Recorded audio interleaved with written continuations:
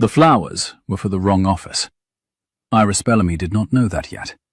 She knew only that the freight elevator of 1 Hudson Yards was climbing toward floor 47, that the badge in her pocket said 47, and that the smudged slip pinned to the wax paper had read, to her tired morning eye, as Ashford. The order ticket on her tablet said something else, Ashworth and Hale, the law firm on 45. But the slip in her hand was the slip the courier had transcribed, and the badge reception had handed her was the badge the order had asked for, and the smell of white anemones is sharper than people expect. She breathed in the cold green snap of crushed stems and thought, for the 100th time that morning, that her mother had been right. Anemones for the living, peonies for the loved. Joan Bellamy had said it the way other mothers said, wear a coat. Iris did not, on this Tuesday, in this elevator, in this November, know that the billionaire whose office she was about to walk into would not, in any way she could later name, let her leave it again. 47 was wrong. She did not know that yet.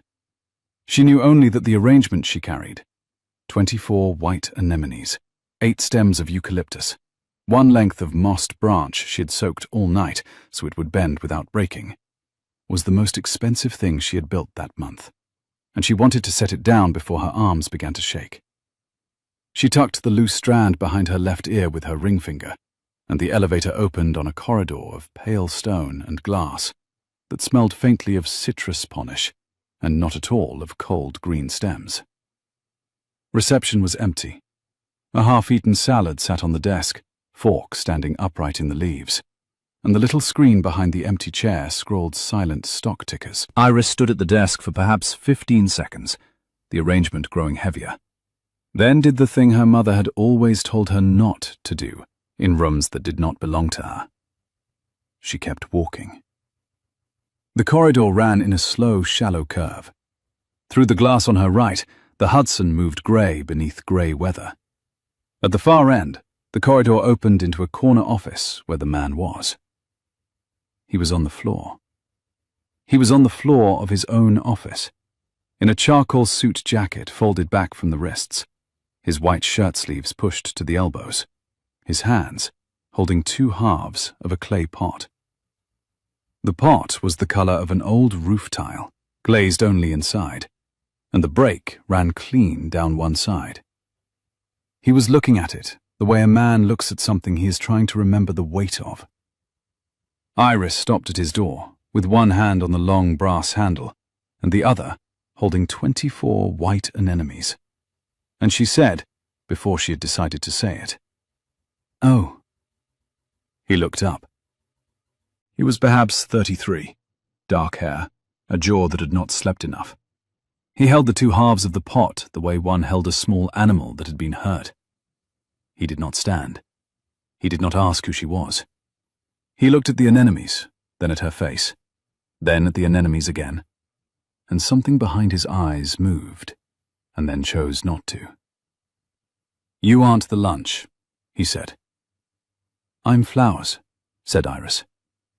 She heard the smallness of it the moment it left her mouth, and her ring finger twitched against the wax paper. He did not smile, but the corner of his mouth shifted by perhaps a millimeter, and then settled again. "I'm flowers," he repeated, very quietly, to himself, the way one might confirm an arithmetic answer. Then, to the pot in his hands. "All right."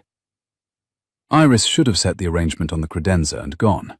The slip in her apron pocket said Ashworth on a clean line. The slip pinned to the wax paper had only said something smudged. She set the arrangement on the credenza and turned to go. But he was still on the floor holding the 2 halves of a broken pot, and Mrs. Cow was not back from lunch. And Iris Bellamy was a woman whose mother had repaired broken things at the kitchen table for 37 years. Iris did not walk past a person on the floor with a broken thing in his hands. She knelt. She did not ask permission. She set her tote down beside her knee, lifted the half of the pot nearest her foot, and turned it slowly. The break was old. A thin, pale residue along the inside showed where the seam had been re-glued once before and given way. Someone had broken this pot before. Someone had mended it. Someone had broken it again. "It fell," he said, before she could ask. "I keep it on the shelf above the credenza. I lifted a book. It came down." "It was mended once," said Iris. He looked at her with the kind of arrested stillness people did when they were not used to being seen by strangers. He did not nod. He did not speak. He pressed his thumb, once, against the underside of a thin, pale band of metal on the little finger of his left hand. And the band was a signet, not heavy, the kind a person wore because of who had worn it before. Iris noticed it, without naming what she had noticed. "You can rejoin it," she said. "The break is clean. The old glue line is what gave. The new break is along the same seam. If you mix the 2-part epoxy you get at the hardware shop, the slow one, not the 5-minute one, and you brace it overnight inside something soft, like a folded towel inside a salad bowl, the seam will be stronger than the clay. They sell little brass rivets, too, for ceramics, but you don't need them. The slow epoxy is enough." He was looking at her. He had not, in the 4 small minutes she had been kneeling in his office, looked anywhere else. "You know a great deal about broken pots," he said. "My mother repaired things," said Iris. "On the kitchen table. She said any object that survived being mended was an object that had been chosen twice." His thumb moved once against the underside of the signet ring, and then he set the half he was holding down on the carpet, very gently, as one set a sleeping baby down. And he folded his hands together over his knee and looked at her, and he said, "What is your name?" "Iris Bellamy." She watched the name move across his face the way a small stone moves across the surface of a pond. There was no splash. There was only the small, slow ring of recognition that he, for some reason of his own, would not name. "Bellamy," he said. "Williamsburg." "Yes." "The shop on Bedford." "Yes."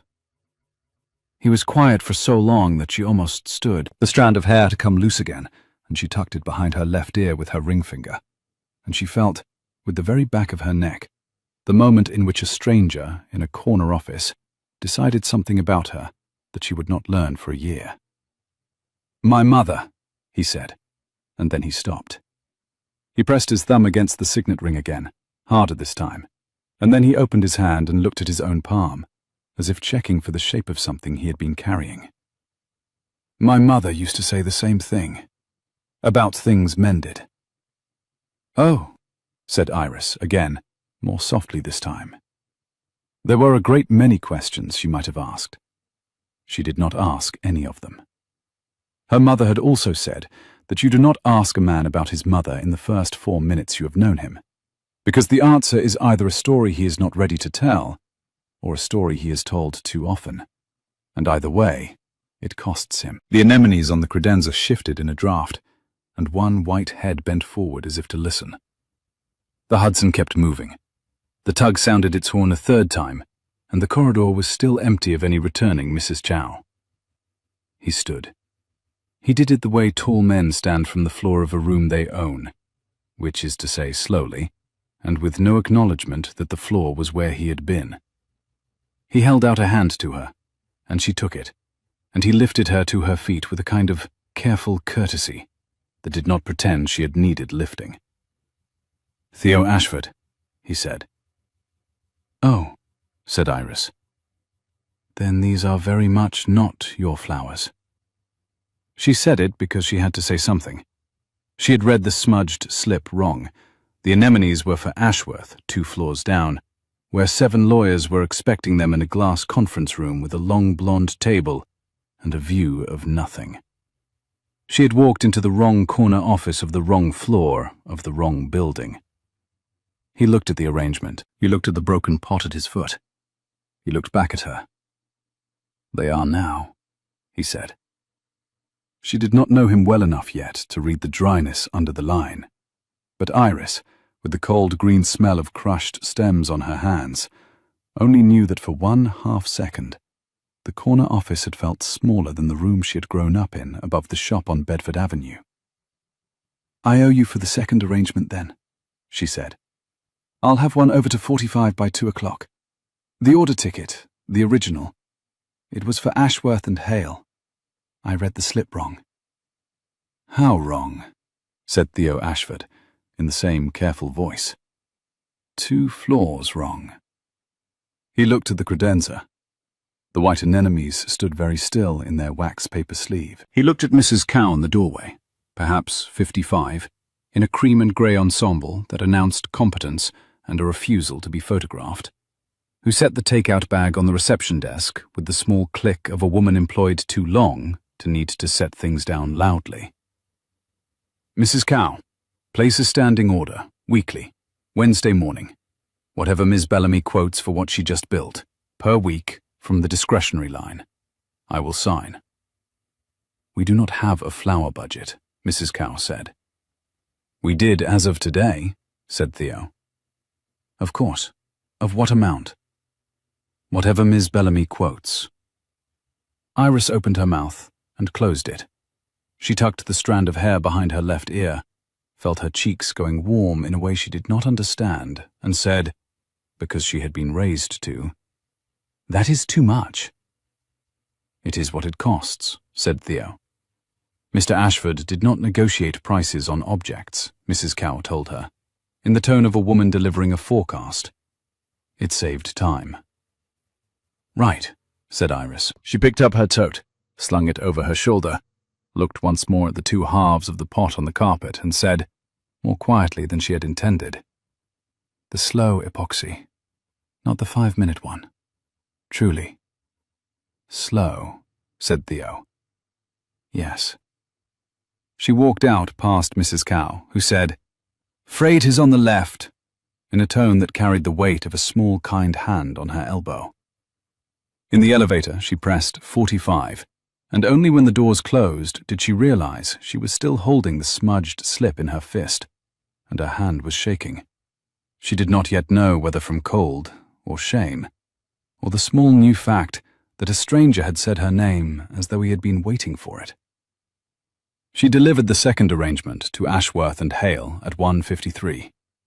The 7 lawyers did not look up. Iris rode the elevator down, stood in the November cold outside 1 Hudson Yards, watching her breath come out white, and thought, with no particular conclusion, that she had just been hired for something, and did not yet know what. Theo Ashford did not move for a long time after Iris Bellamy walked out of his office. The 2 halves of the clay pot sat on the carpet at his feet, and Mrs. Chow set the take-out bag on the corner of his desk, with the slow click that meant she would not comment on what she had just witnessed. He noted the click, and decided not to comment on her not commenting. "Sandwich," said Mrs. Chow. "Chow does not call it lunch when it is 1 slice of bread and 1 slice of bread. It is a sandwich. And Mr. Verlaine on line 2 for the last 12 minutes. He can stay on line 2. He was his godfather, Mr. Ashford. He has been my godfather for 33 years. He can survive 13 minutes. Mrs. Chow did not smile. Mrs. Cow had not, in 12 years of employment, smiled where Theo could see her smile. She inclined her head 1/2 degree, picked up the take-out bag, set it squarely on the small, low table by the window where she said all things he was unlikely to remember to eat, and turned to go. At the door, she paused. She did not turn. The arrangement was good, she told him. Yes. Anemones did not last long. 5 days, 6 if the water was changed. He would change the water. He would not, she said. He would ask her to. That is the realistic answer, Mr. Ashford. I will change the water. She left. The door eased shut behind her. Theo stood for another moment in the empty office, then bent slowly and picked up the 2 halves of the clay pot and carried them to his desk and set them down beside the keyboard with the same care a man might use for a child's drawing he intended to keep. He sat. He looked at the halves. He pressed his thumb against the underside of the thin, pale signet on his left little finger. The signet had been his mother's. The metal had not been warmed by anyone's hand for 3 years, and then by his hand for 3 years. And he had stopped, somewhere in the second of those years, being able to take it off. He did not pick up the phone for line 2. He pressed his thumb against the signet again, and then he turned in his chair and looked out at the Hudson, at the grey weather, at the slow grey barge his unannounced visitor had also seen from the corridor, and he said aloud, to nobody, in a voice so quiet the room itself did not register the sound, "Bellamy." The intercom buzzed. He depressed the line. "Mr. Verlaine, Mr. Ashford. Tell him I will call him back at 4. "Mr. Ashford? He says he is at the building." "Of which building?" "This one. Lobby." Theo Ashford closed his eyes for one whole breath. He did not sigh. He had given up sighing in his late 20s, on the principle that sighs were a tax a man paid on his own life, that he was not obliged to pay. He opened his eyes. "Tell him I am in the middle of a board prep. I will see him Thursday at his club for breakfast, as we agreed 3 weeks ago." "Mr. Ashford, he says he is in the lobby now and would prefer not to be in the lobby in 5 minutes." "Tell him that I am sorry. Tell him the words exactly. I am sorry. Theo will see you Thursday." "Of course, Mr. Ashford." The intercom clicked off. Theo lifted the half of the pot nearest his keyboard and turned it slowly in his hand, the way the woman with the anemones had turned hers. The break was clean. The break was along the same seam as the old break. He set the half down. Frederick Verlaine was his godfather and his mother's oldest friend, chairman emeritus of 2 boards Theo currently chaired, and the only person alive who still spoke about her in the present tense, which was the precise reason Theo could not bear to see him before noon. It was the shape of Theo's own grief, which had decided, 3 years and 1 month ago, that it would only operate at certain hours. He stood. He walked to the credenza. He looked at what the woman had built.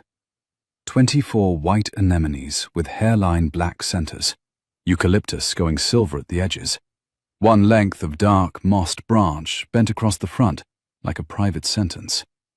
Sparse, not luxurious, deeply expensive in the way that mended things were deeply expensive, because every choice in it had been chosen twice.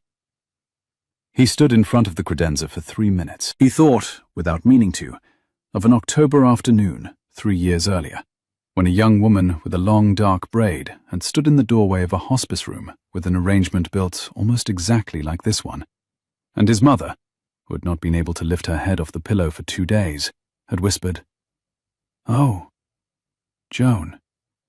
Joan sent these. She always knew." He had asked, later, when the young woman was gone and his mother was asleep, the hospice nurse who had brought the flowers in. The nurse had said, "She wouldn't take payment, Mr. Ashford. She said her mother and your mother had a thing. She said her mother told her to bring these and not to charge." He had stood in the hospice corridor with his hand on the wall for a long time. He had not known, then, who Joan Bellamy was. He found out later, and later still, about a $5,000 check his mother had sent anonymously in 2017 to a Williamsburg florist she had never met. She had said at the breakfast table, "Anybody who keeps an anemones and eucalyptus shop alive in this town is doing the Lord's own work, Theo, and the Lord can use the help." The check had saved the shop. The shop was Bellamy & Sons. Joan Bellamy had not known where the check was from. She had passed, in October, still not knowing. Theo Ashford knew. He had been 3 years into being the only one who knew when a woman with the loose strand of hair behind her ear had knelt on the carpet of his office and said the same sentence about objects chosen twice that his mother used to say. He sat down at the desk.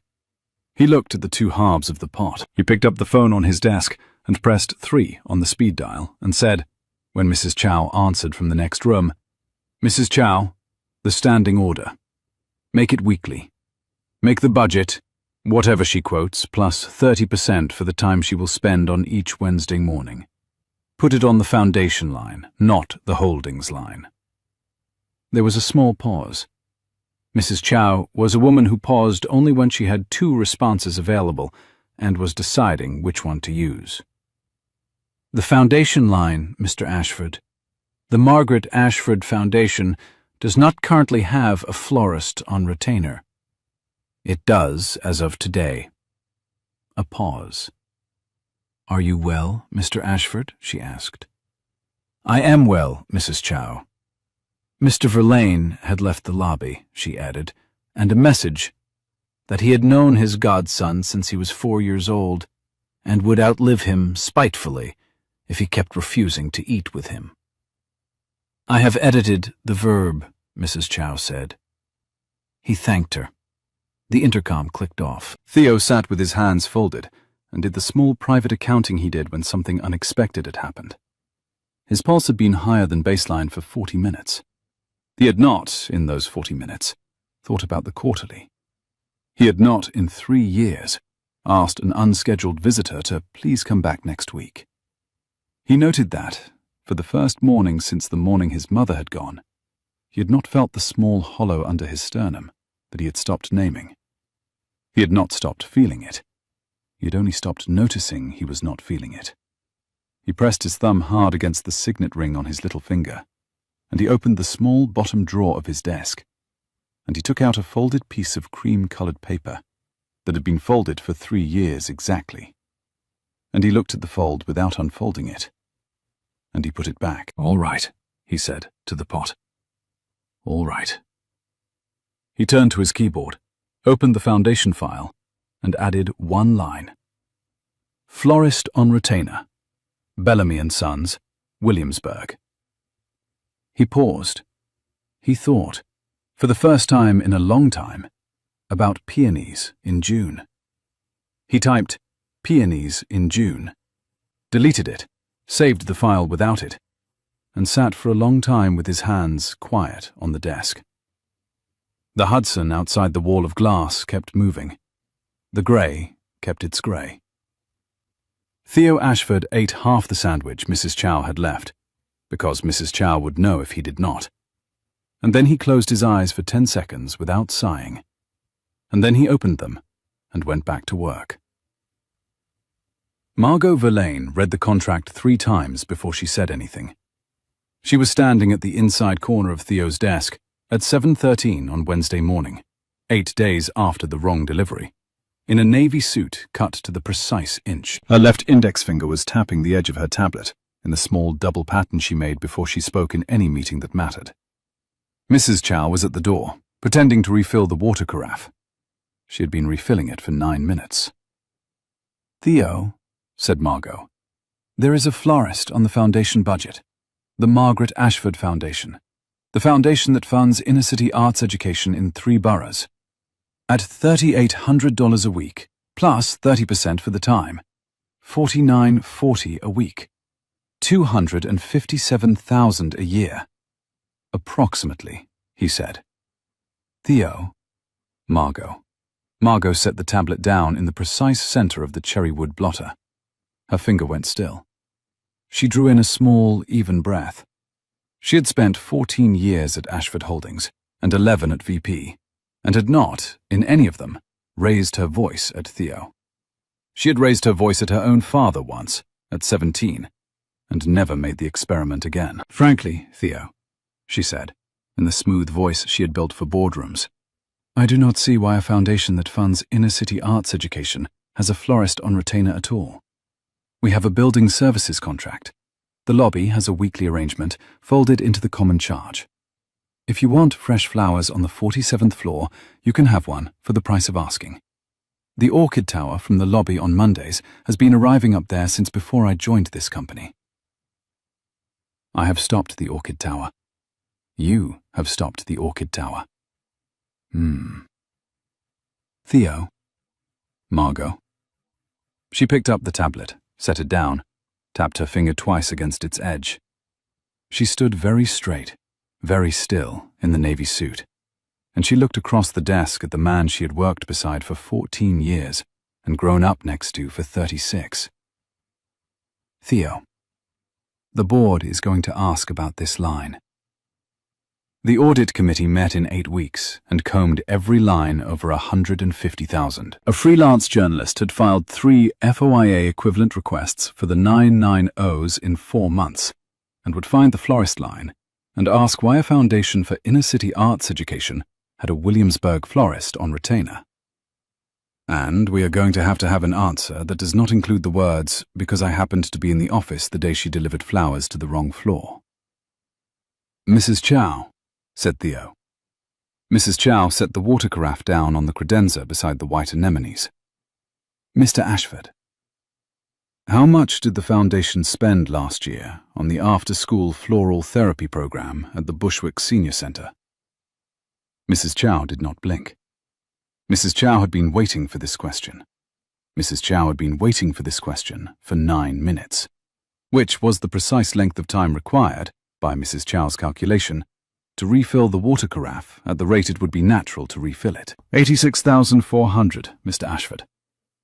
And what was the per-session unit cost for the bereavement and flowers workshop the foundation co-funded with Lenox Hill Hospice in March? $112 a participant, Mr. Ashford. Across 6 sessions. 40 participants per session, 240 engagements at 112. 26,880.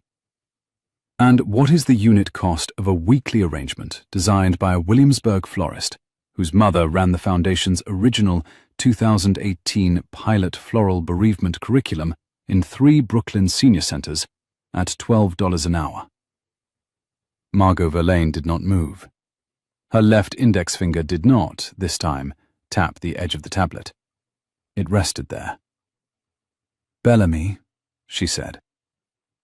Joan Bellamy had run the 2018 pilot. Iris Bellamy was on the retainer, Joan Bellamy's daughter. Yes, Theo said. Yes. Yes. Yes. A long silence. The Hudson outside the wall of glass moved its slow, patient grey. Mrs. Cow stood at the credenza with the carafe and the calm, middle-distance expression of a woman who had served the morning's purpose and would decline to serve any further. Margot looked at the contract. She looked at the foundation file open on the second screen behind Theo's shoulder. She looked at Theo. Why did you not say this in the first sentence? Because the line was defensible on its merits, he said, and he had not wished her to feel the personal history was the justification. The personal history is the justification, Theo. It was the reason, not the justification.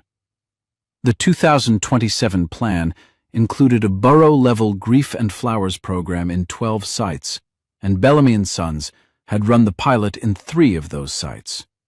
A retainer was the cheapest, most honest way to keep her availability.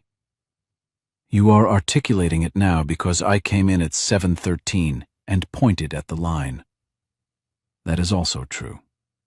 Margot Verlaine did not, for the count of 7, speak. She stood very still in the navy suit, and her father, who had been gone now for 9 years, and who had told her at 14 that the best women in this room are the only women in this room, said something inside her chest that she chose this morning not to answer. She breathed in. She breathed out. Theo, if the strategic memo lands by Friday and the line goes through with the program attached, it is defensible. If it does not, I will ask the question myself at the audit committee before the journalist does. Understood? Understood. And, Theo, whatever this is about for you, I am asking you, as someone who has worked beside you 14 years, to handle it like a person handling a foundation, and not like a man trying to mend a thing his mother had been holding at the end. She had not raised her voice. She did not, in the long count after she said it, look away. Theo Ashford pressed his thumb once, very hard, against the underside of the signet on the little finger of his left hand, and he set both hands flat on the desk. And he said, evenly, Mrs. Chow will have the memo on your desk by close of business Thursday. Thank you. Margot, how did you know about the clay pot? Mrs. Chow told her counterpart on the building services desk on the morning of the wrong delivery, and the building services desk told the floor supervisor, and the floor supervisor told her sister, who happens to work in the deal team across the hall from me, and her sister told me at the espresso machine on the day in question. Mrs. Chow did not, in any version of that chain, tell anyone anything she did not also want me to find out. That is also Mrs. Chow. Mrs. Chow and the credenza set the water carafe down with the small, precise click that meant nothing at all. I see, said Theo Ashford. You should, said Margot Verlaine, and she picked up her tablet and walked back to her own corner office. She stood for 1 full minute at the window with her hands flat on the cold glass before opening the foundation file, and she began, in the careful, angry way she did things she had not yet decided what she felt about, to read every line item over $150,000 on the Margaret Ashford Foundation books. By 10:30, she would have found the 2018 invoice line, Bellamy & Sons, Pilot Curriculum, Joan Bellamy, 3 sites, $8,400, marked Paid in Full, with a handwritten note in Margaret Ashford's own hand in the margin.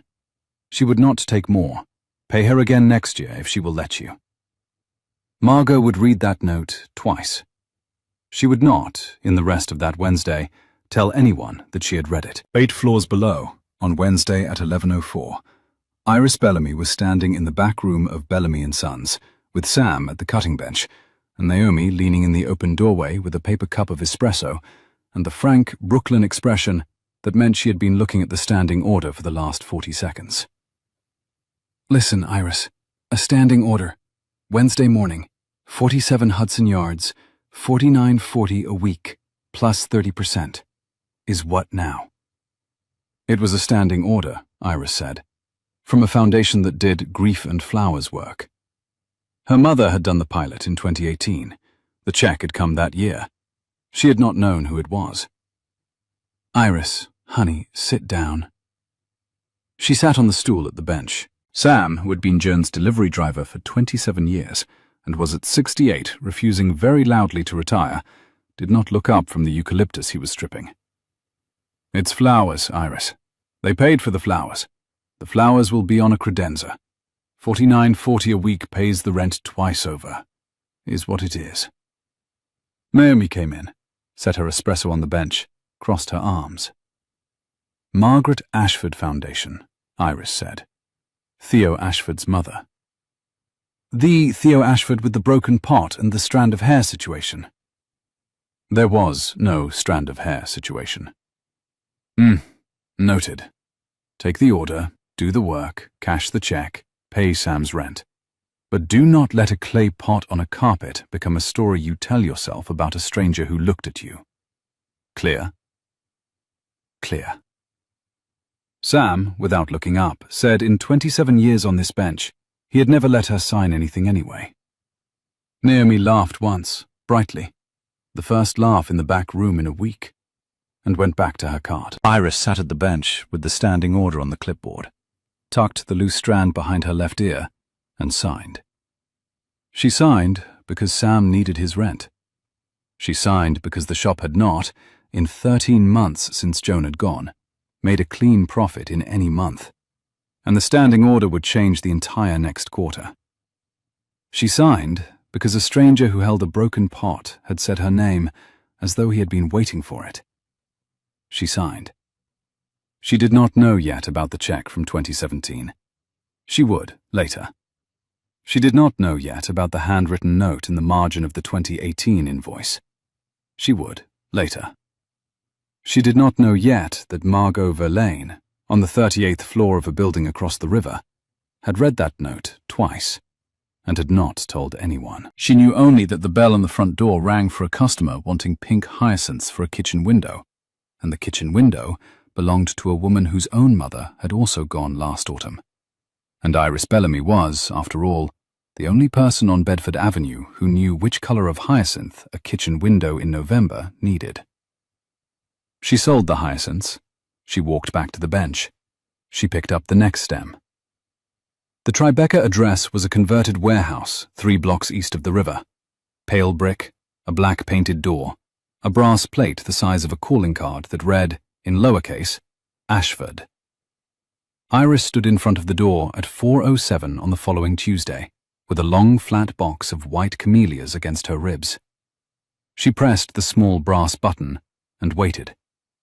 It was Mrs. Chow who answered. "Miss Bellamy, lift on your right, top floor. The door at the top is the only door." "Thank you, Mrs. Chow." The lift was small and old, lined in burnished walnut, faintly bergamot. It rose at the speed of a 1907 elevator, refurbished to look exactly as it had in 1907. The brass cage opened on a vestibule, which opened on a single long room running the entire top floor. And Iris stepped out and stopped. The penthouse was not what she had pictured. Not glossy. Old oak floors in herringbone. 3 low oatmeal linen sofas. A walnut table the size of a wagon wheel. A wall of books to the tin ceiling. No curtains. The river through the long western windows. Above the kitchen sink, a single child's drawing in a thin black frame. A sun with a smiling face. There was also, in the center of the long room, on the wagon wheel walnut table, a manila folder. There was also, standing beside the wagon wheel walnut table in a charcoal cashmere coat and dove-grey gloves she had not yet taken off, a woman. The woman turned.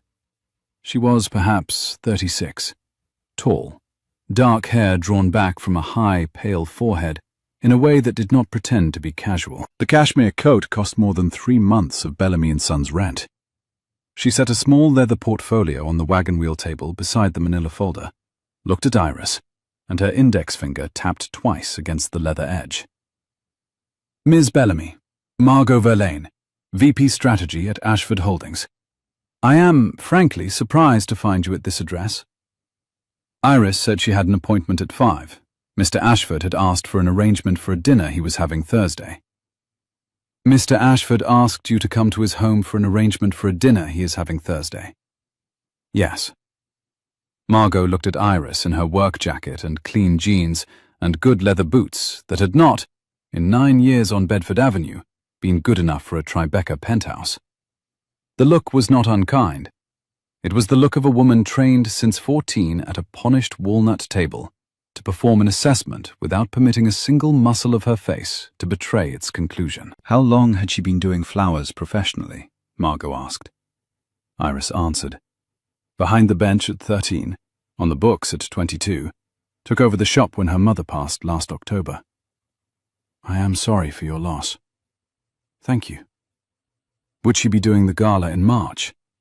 She had not been asked. You will be. Then she would accept. Had she done a gala before? 2 weddings of 400, the Brooklyn Botanic Garden last December. The March gala was a different scale. It is. I understand that. Do you, Miss Bellamy? The dove-grey glove did not move. The smiling sun drawing above the sink looked down at the long room with its smiling sun face. Iris tucked the strand of hair behind her left ear with her ring finger, felt the temperature drop between her sternum and her collarbone by perhaps half a degree, and set the long, flat box of white camellias down on the wagon wheel table beside the manila folder. Ms. Verlaine, I understand what a 500-cover gala in March at a museum venue costs. I have worked under a designer who did one. If you are asking whether I have done one as principal, I have not. If you are asking whether I can, I can. If you are asking whether I will say yes when asked, I will. If you are asking whether I think I belong in this room, I am asking myself the same question, and I have not finished asking it. I will let you know when I have. Margot Verlaine did not at once speak. She did, however, take the dove-grey glove of her left hand, finger by finger, and lay it flat on the wagon wheel table beside the leather portfolio. She did not put it back on. She picked up the manila folder. She looked at it. She set it down again. Frankly, Miss Bellamy, I came here this afternoon to leave a folder on Mr. Ashford's table. He prefers paper to email for the Q1 annex, and Mrs. Chow asked me to drop it on my way uptown. I did not know I would meet you here. She would not, she added, have advised the appointment to take place at this address. As a matter of policy, Mr. Ashford did not invite anyone here. The last person invited for any purpose other than a board dinner was, by her count, 3 years ago. I do not know what to make of the fact that you are standing in this room at 4:09 on a Tuesday afternoon. You are welcome to do the work you have been hired to do, and I will not pretend that I do not notice. Understood. Good. Ms. Verlaine, the folder on the table. Should I move it? The camellias are wide. Move it to the credenza by the window. Thank you. You are welcome. Margot picked up her portfolio, walked to the lift, turned. Miss Bellamy, the Thursday arrangement. What is it? White camellias, Iris said. Wide and low. One length of mossed branch across the front. Why white? Mr. Ashford asked for white. Thursday is the anniversary of his mother's death. White was her color. You are about to put 36 white camellias in the center of a table he is hosting for his godfather and 3 trustees of the foundation. And you should know what the room will be doing when it sits down. Iris Bellamy stood very still by the wagon wheel walnut table with the long, flat box of white camellias open at her hip, and the cold, green snap of fresh stems just beginning to come up off the wax paper. And she felt the entire long room shift by 1/2 degree the other way. And she said, very quietly, Thank you, Miss Verlaine. You are welcome. I will do it right.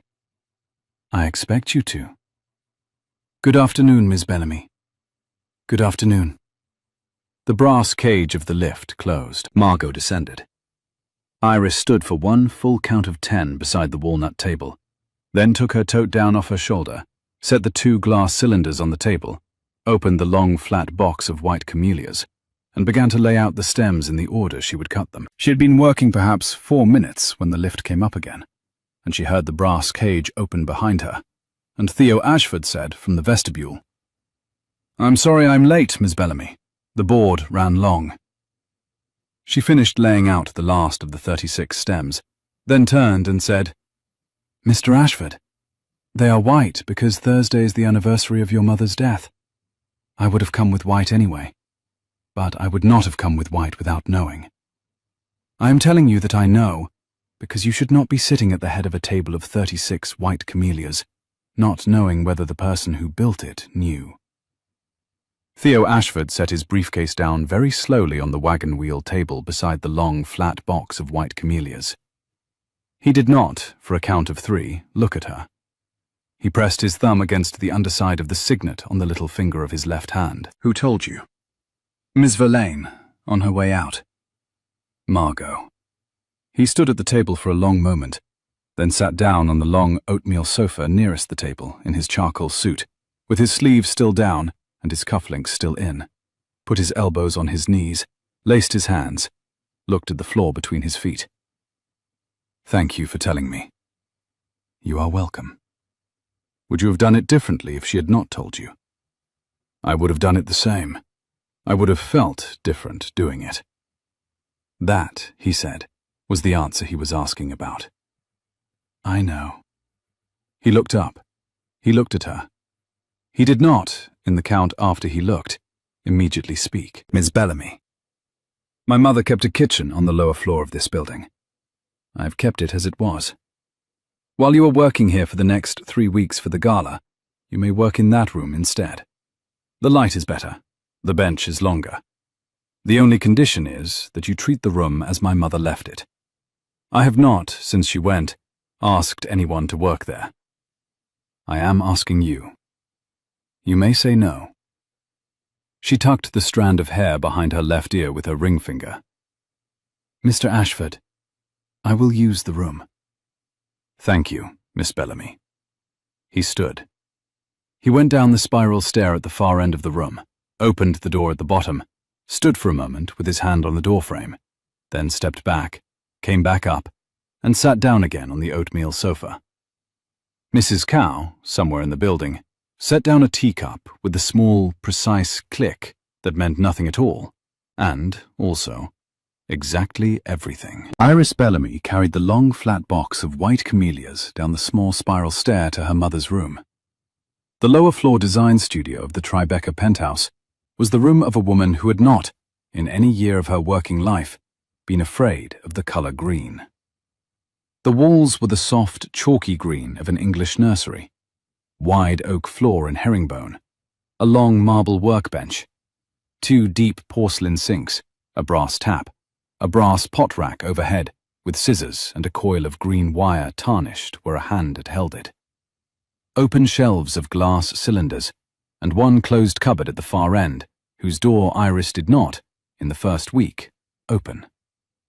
It was, in every measurable particular, the bench Iris had been imagining since she was 9 years old. She did not say so to Theo. She did not have to. She stood in the middle of the room on her first Tuesday, tucked the strand of hair behind her left ear, and walked the perimeter once in her good boots. Theo watched her from the studio door with the neutral expression of a man who had not in 3 years watched anyone else stand in this room. When she had finished, Iris came back to the bench and said quietly, "Mr. Ashford, your mother had good taste. I will treat the room well." "Yes, I know."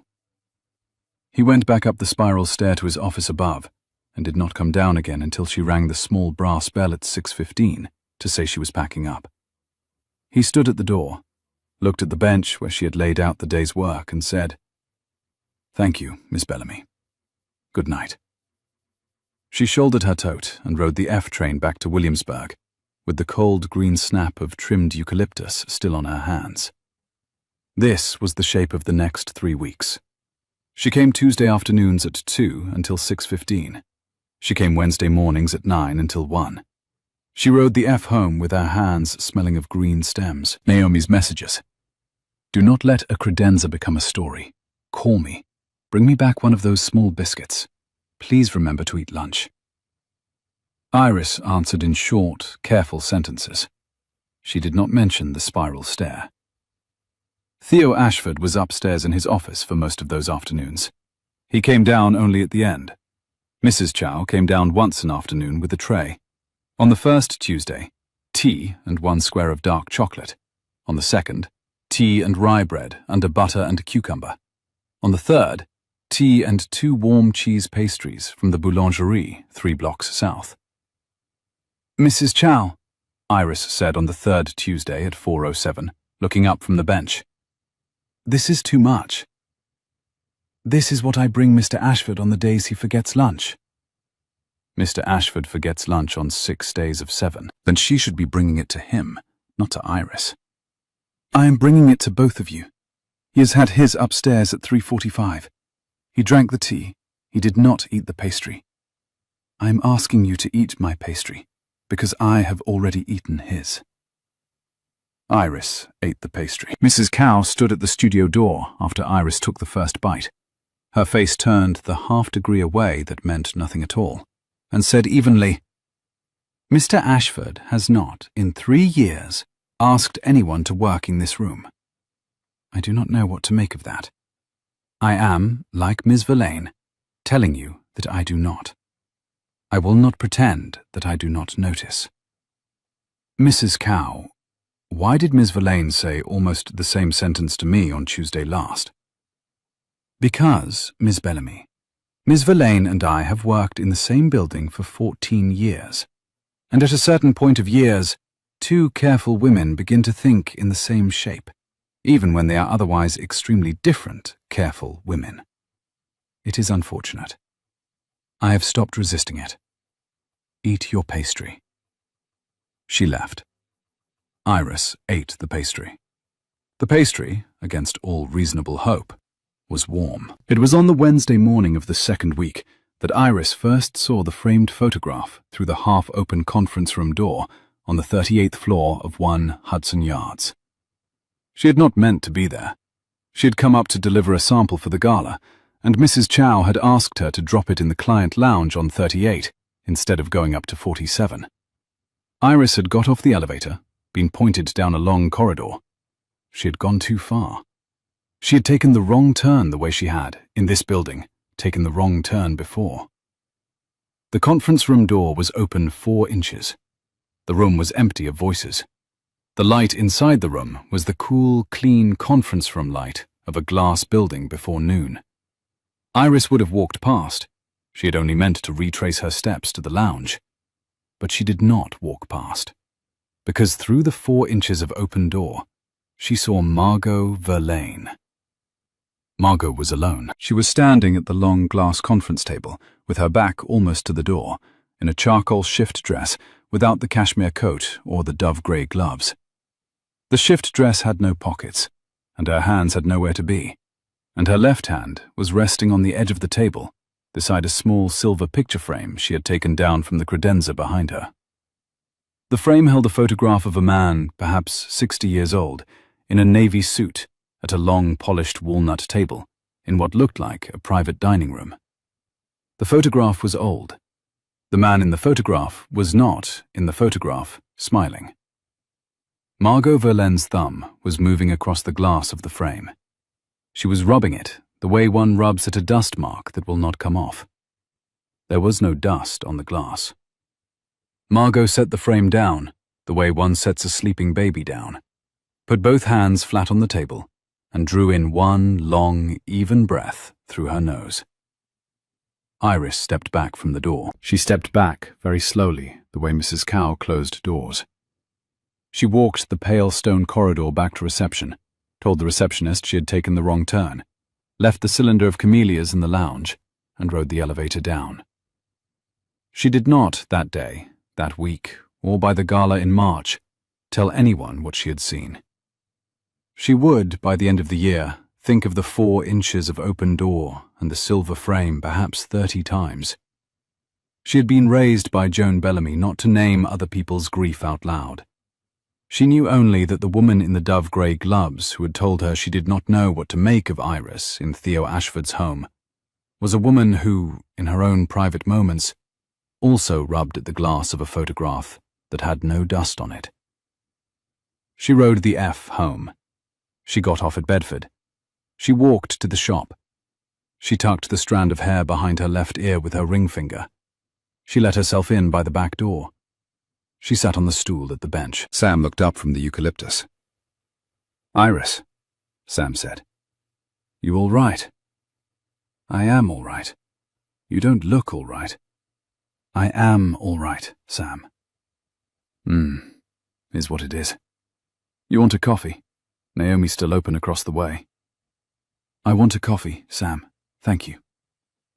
He went out the back door. Iris sat at the bench, tucking the strand of hair behind her ear, and thought that there were probably 3 women in Manhattan that afternoon who had rubbed at the glass of a photograph that had no dust on it, and that any one of them was the daughter of a father who had not, in any photograph, ever been smiling. She picked up the next stem.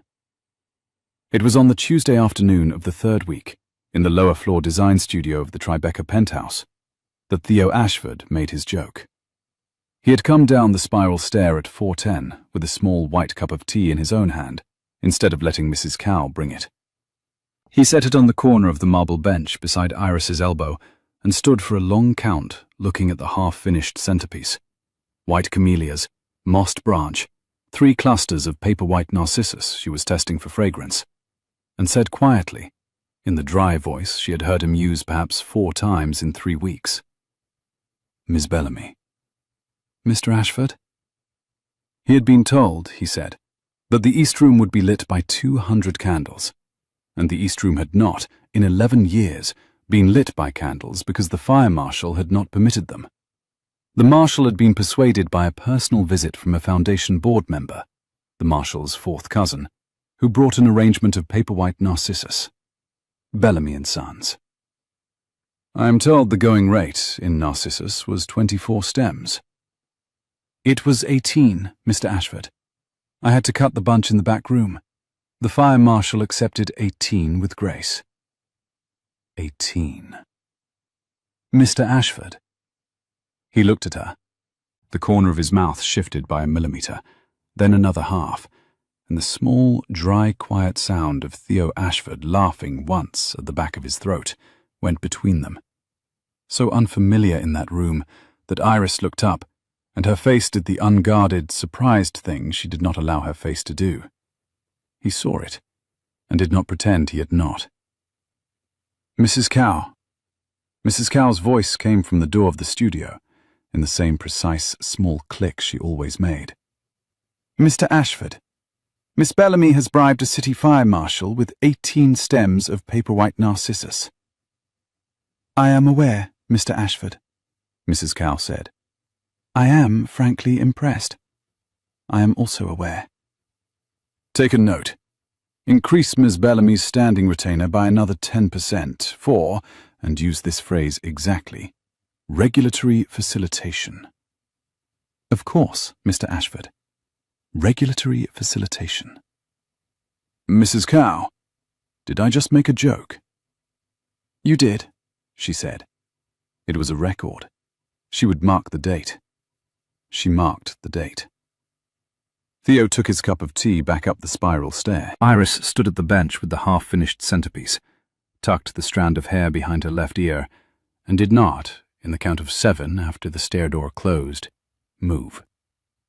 She thought about the woman with the thumb on the glass, about Mrs. Chow's small, precise click, about a man who had not, in 3 years, asked anyone to work in this room, and who had, 2 minutes ago, made a joke about Narcissus and gone back upstairs as though he had not done a thing he had not done in 3 years.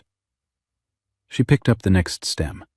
She trimmed the cut at the angle her mother had taught her, set it in the cold water of the porcelain sink, breathed out evenly, and went back to work.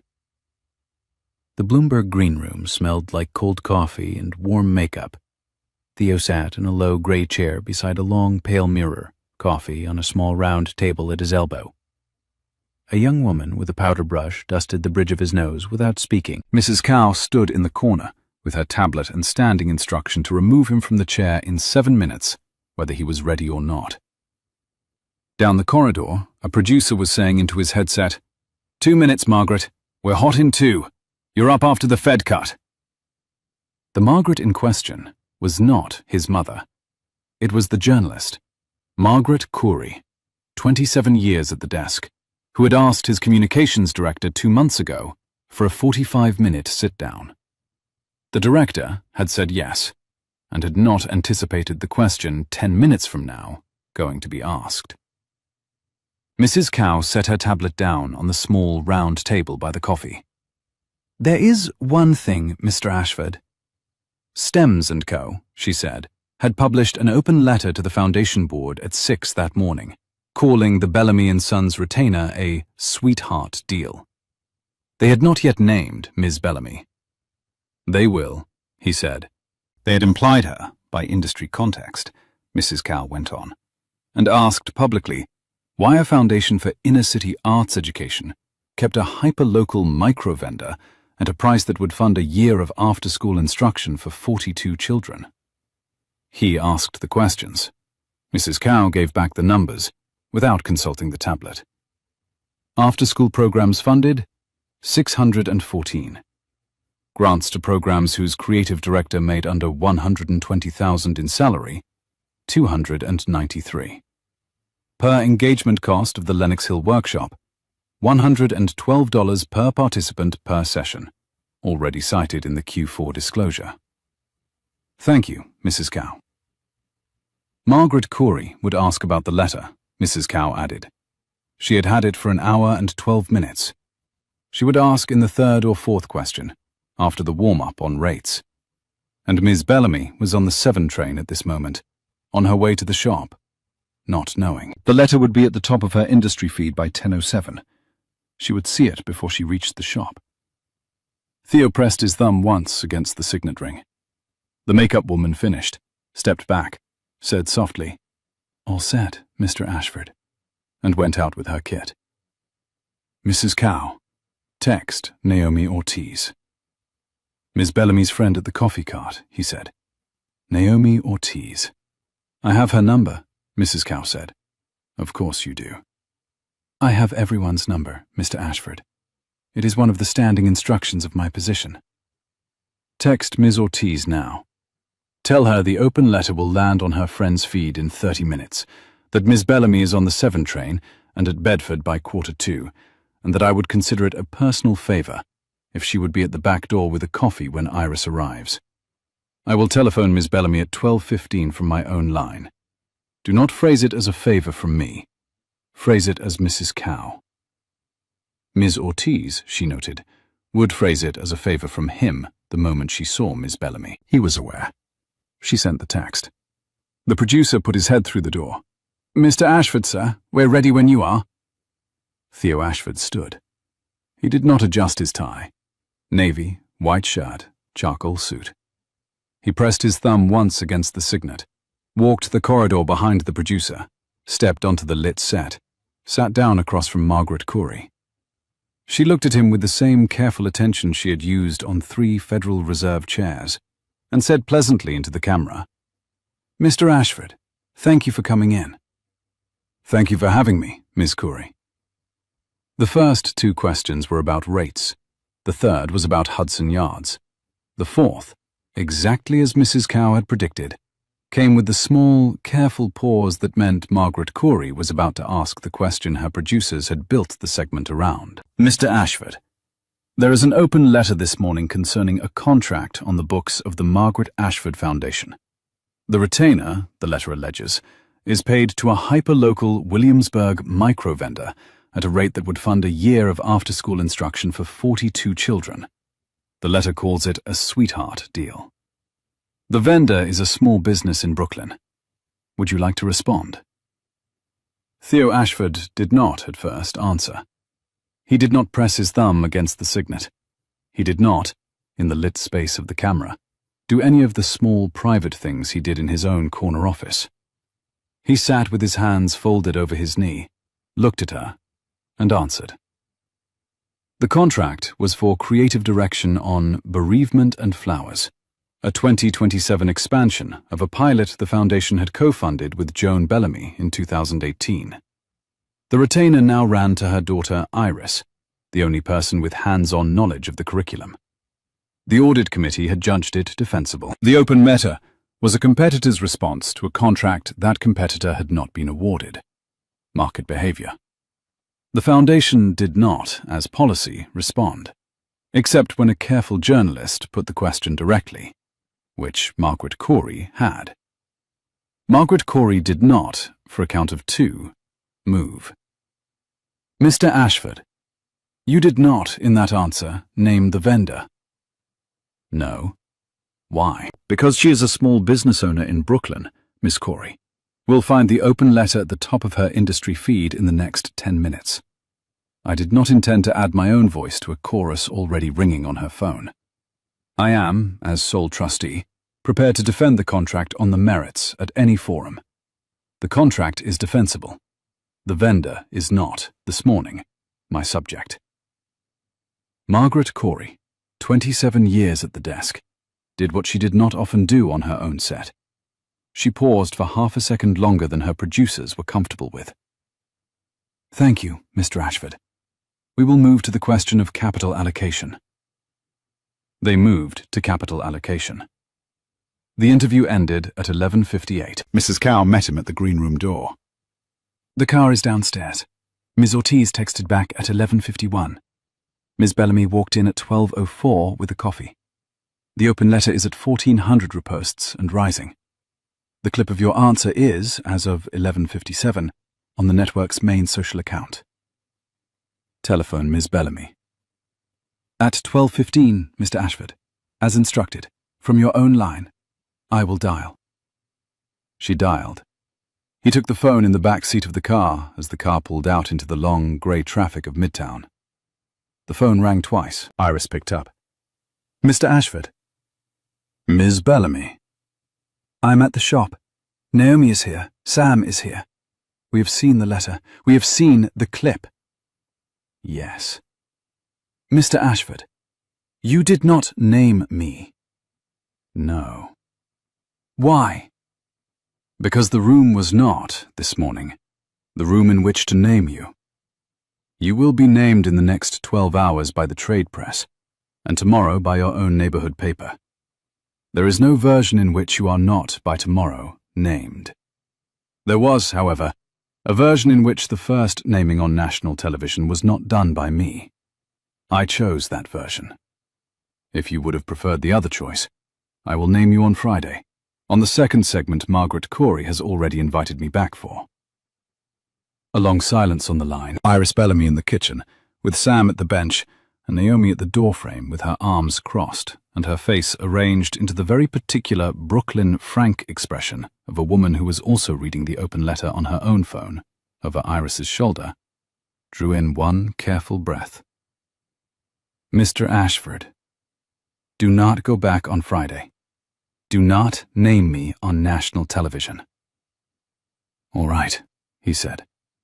All right. Send Mrs. Cow a written statement from the Foundation by close of business today, naming me, naming my mother, naming the 2018 pilot, citing the per-engagement cost. I will, separately, post a short statement from the shop tonight in my own voice, before they have to call me for comment. I want, on the public record, to name myself before anyone else names me. I want the Foundation's voice to be the Foundation's voice, and the shop's voice to be mine. Can you arrange that? Mrs. Cow will have the Foundation's statement on your desk in 40 minutes for your comment, and live by 4. Thank you, Mr. Ashford. Miss Bellamy, are you all right? A long silence. Naomi did the small Brooklyn nod that meant, tell him the truth. Iris said evenly, Mr. Ashford, I am, at this moment, not all right. I will be by 4. By tomorrow, enough to do the next sample. I will not, in this minute, pretend, because in 3 weeks of working in your mother's room, I have concluded that if you and I are going to do this work, neither of us should be in the habit of pretending. Is that acceptable? Yes, Miss Bellamy, he said. She thanked him. He asked, in order, whether Naomi was there and whether Sam was there, and to each she answered yes. Good, he said. The gala is in 18 days, she said. I will be at the bench on Tuesday. I know, he said. They said goodbye. He set the phone down on the seat beside him. Mrs. Chow did not comment on his not commenting. The car moved up the West Side Highway, and the Hudson on the left was the same slow grey it had been on the morning a woman had stepped off the wrong elevator. Theo pressed his thumb against the underside of the signet, and he did not, for 17 blocks, take it off. At 12:41, the Foundation's statement went up. At 1:57, Iris Bellamy filed her own statement to her own neighborhood paper, in her own voice, in 3 short paragraphs, and Naomi read it over her shoulder before she sent it and said, Listen. Listen to me. That last line. Cut the just. There is no just in that sentence. You are not a just anything. You are a florist on Bedford Avenue who runs the shop her mother started. Send it. Iris cut the just. She sent it. The neighborhood paper printed it at 3:12. The trade press picked it up at 4:07. Stems & Co. did not, in the rest of the week, post another letter. Mrs. Cow, in her own office on the 47th floor, made the small precise mark in her private notebook that meant a young woman from Williamsburg had, at 1:57 on a Tuesday afternoon, declined to be small in public for the first time in her professional life, and had cut, with her own hand, the just out of the sentence that had carried it. The Gala Eve catering florist cancelled at 11:17 on a Friday night. The voicemail was 41 seconds long. The man at the Manhattan Banquet House contracted by the museum's caterer, emergency in our warehouse, water damage to 90% of the prepped stems, our deep apology, we cannot fulfill. Iris stood in the dark of the kitchen, listened once, and pressed the small red button. She breathed out. And she did the small private accounting Joan Bellamy had taught her on this kitchen floor when she was 11. She counted.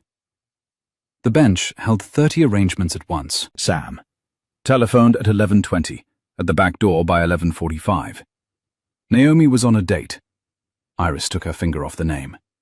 3 apprentices, Lila, Matteo, Bree, all within 4 subway stops, all of whom, on a Friday night, would answer. Suppliers, a Greenwich farmer named Daniel Hutchinson, friend of Jones for 19 years, who would swear once and ask how many. Then the gala. 54 centerpieces, 12 tall paired pieces, 4 urn and mantle, 100 buttonhole sprigs, 1,240 stems of mixed white camellia, paper white, anemone, eucalyptus, and the dark mossed branch. The cooler held 318, prepped for the Sunday wedding she would now have to call her bride about at 8 a.m. She telephoned Daniel Hutchinson at 11:21. Daniel Hutchinson swore once and asked how many. She told him. Daniel Hutchinson said, "Iris, the truck is full. The truck is leaving at 3. The truck can stop at Bedford at 4:15. I will throw in the white camellias from my own cold house and bill you in March. Tell me what you need." She told him what she needed. Daniel Hutchinson hung up. She telephoned Sam at 11:26. Sam said, "Iris, I'm leaving the house, is what it is."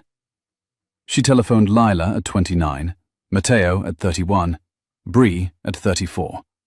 All 3 said yes inside 1 sentence. All 3 at the back door by midnight. She telephoned Mrs. Chow at 11:38. Mrs. Chow picked up on the first ring. Mrs. Cow had been awake. "Ms. Bellamy." "Mrs. Cow. The catering florist cancelled at 11:17. I will build the gala out of my own shop. Apprentices and a Greenwich farmer throwing in white camellias. I need East Room access from 11, loading dock from 9, fire marshal sign-off by 2, and 1 line on the foundation's public site by noon, naming Bellamy and Sons. Can you arrange?" "I can arrange," Mrs. Cow said. "Tell Mr. Ashford in the morning. I will speak to him at the venue." Mrs. Cow asked if she was all right. "More all right than I have been in 3 weeks. The bench is the thing I know how to do. Good night." The bell on the back door rang at 11:51. Sam came in with his coat still on. The bell rang again at 11:58. Lila and Matteo came in together off the L. The bell rang at 12:03. Bree came in with 2 large coffees from the all-night bodega on the corner and 1 bright Brooklyn grin at the door and the words, "I brought sugar packets. Where do you want me?" Iris ran the call. Bree on eucalyptus. Matteo on long stems. Lila on narcissus. Sam on her. They would build the first centerpiece together, then the next 53 the same way. Daniel Hutchinson at 4:15 with the stems. Van at 6. Museum at 9:40. Done at 4. At the venue in Black's by 6, at the door of the East Room at 6:20. Gala at 7:30. "Are we clear?" "Clear," said Bree and Matteo and Lila. "Is what it is," said Sam, and he picked up the long brass scissors and set a sheet of waxed brown paper down on the bench and said without looking up, "Joan would be at the bench right now, so we will be at the bench right now. We work in 5s, 5 stems, 5 seconds, 5 breaths. That's how she did it. That's how we do it." They worked in 5s. The Greenwich truck pulled up at 4:07. Daniel Hutchinson swore once at the back door, kissed Iris on the forehead with the same brief, careful gesture he had used at Joan's funeral, told Sam he looked older, and was rolling for Union Square by 4:21. The cooler was full. The bench was full. The kitchen smelled of cold green snap and paper-white fragrance. The U-Haul came at 6:12. They loaded the back of the van in 3 trips of 2 carts. They drove across the Williamsburg Bridge in the dark at 6:41, with the long, flat boxes braced behind the front seat by Sam's coat, and Bree's coat, and Matteo's coat, and Lila's coat. And they pulled up at the museum loading dock at 9:38, 2 minutes early. The museum's catering director, a tall 60-year-old woman called Bernie, who had been running the museum's banquet floor for 29 years and had not slept since hearing about the cancellation at 1 in the morning, took one look at Iris Bellamy at the loading dock and said, "Bellamy, your mother used to deliver here on Sundays in the 90s. I was on the floor then. I am on the floor now. Tell me what you need and I will give it to you." Iris told her what she needed. Bernie gave it to her. The East Room at 621 was full of soft yellow light from 200 candles. Down the dinner tables ran 54 long and low centerpieces in white camellia, paper white narcissus, and white anemone. A dark, mossed branch laid across the front of each like a private sentence. 12 tall, paired pieces at the receiving end. 4 urn and mantelpieces along the east wall. Bernie, the museum catering director, walked the length of the dinner tables once at 6:23, very slowly. At the end, she turned to Iris, put one hand on her shoulder for the count of 2, and said, "Bellamy, you did your mother proud," and went off down the corridor to her own work, without waiting for an answer. Theo Ashford came into the East Room at 6:58, in a black dinner jacket and a white shirt with no tie, and he stood in the open door for a long count. He looked at the long line of dinner tables, at the 54 arrangements, at the candles, at the 4 urn and mantelpieces along the east wall.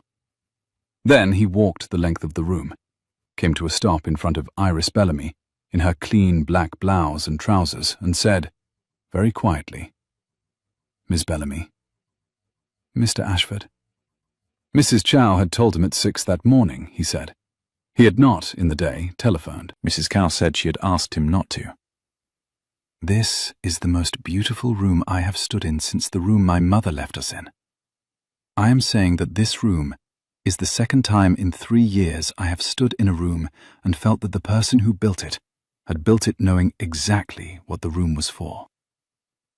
She tucked the strand of hair behind her left ear with her ring finger. "Mr. Ashford, you should go and stand by the receiving line. The guests are coming up the stair. Your godfather is third in the queue. He has already seen me. He has, I should warn you, raised one eyebrow. Frederick Verlaine has raised one eyebrow at me at every gala for 33 years. He will, by the soup, have crossed the room 3 times to compliment the centerpieces, and by dessert insisted on meeting the florist. Bring Sam. Frederick will like Sam. They will spend the rest of the gala arguing about whether the F train is faster than the L, and I shall have to be talked into letting Frederick give Bellamy and Sons a yearly Christmas order, which I will permit because Frederick will otherwise sulk for a fortnight." She laughed. In 3 weeks of working in his mother's room, she had not laughed at one of his sentences. She laughed at this one. Theo watched her laugh. The corner of his mouth shifted by a millimeter. He did not pretend it had not. "Good evening, Miss Bellamy," he said, and walked back to the receiving line, to the careful, neutral face he had worn at every gala of the last 3 years.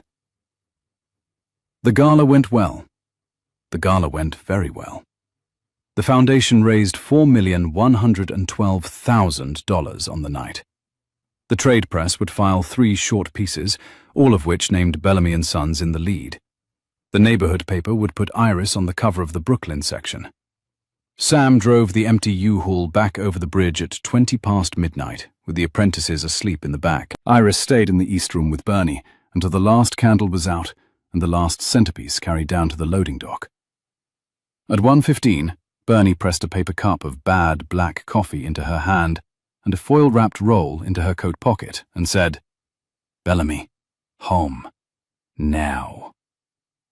She rode the F home in the empty, late-night car, walked the 3 blocks from the Bedford stop, let herself in the back door, stood for 1 minute in the dark of the kitchen, then turned the lock and went upstairs. And she slept the long, dreamless sleep of a woman whose hands had built, in 14 hours, the most beautiful room she had ever stood in. The morning after was Sunday. Iris came across the bridge in an Uber at 9:47 because Mrs. Cow had texted at 9:11, "Tea at the studio at 10. Bring your mother's last sketchbook if you have it. He has asked, and I am asking, and you may say no." The text had sat on her phone screen for 11 minutes. She had said yes by getting in the car. She had brought the sketchbook. It was a small, green, cloth-bound book with a frayed cord and pages of bleeding ink, and Joan Bellamy had carried it in her coat pocket for the last 6 months of her life, and had filled the last 14 pages with arrangements she had not lived long enough to build. Iris had not, in 13 months, opened the book past page 3. The lift opened on the vestibule. The long room smelled of brewed coffee and butter. Theo was standing at the walnut table in a soft grey sweater and old corduroys, his feet in dark wool socks. A cafetiere on the table, a plate of warm pastries. The smiling sun above the kitchen sink looked down with the same face it had worn 18 days earlier. "Miss Bellamy," Mr. Ashford. "There is coffee. There are pastries. Mrs. Chow is, on this day, not in the building. I am, on this day, alone. I asked her to ask you because I did not, after last night, trust myself to ask you. I am telling you that. You may sit. You may stand. You may, if you would prefer, take the lift back down. The lift will take you down." She did not take the lift back down. She sat. She set the green, cloth-bound sketchbook on the wagon-wheel walnut table beside the cafetiere, and she tucked the strand of hair behind her left ear with her ring finger, and she said, "Mr. Ashford."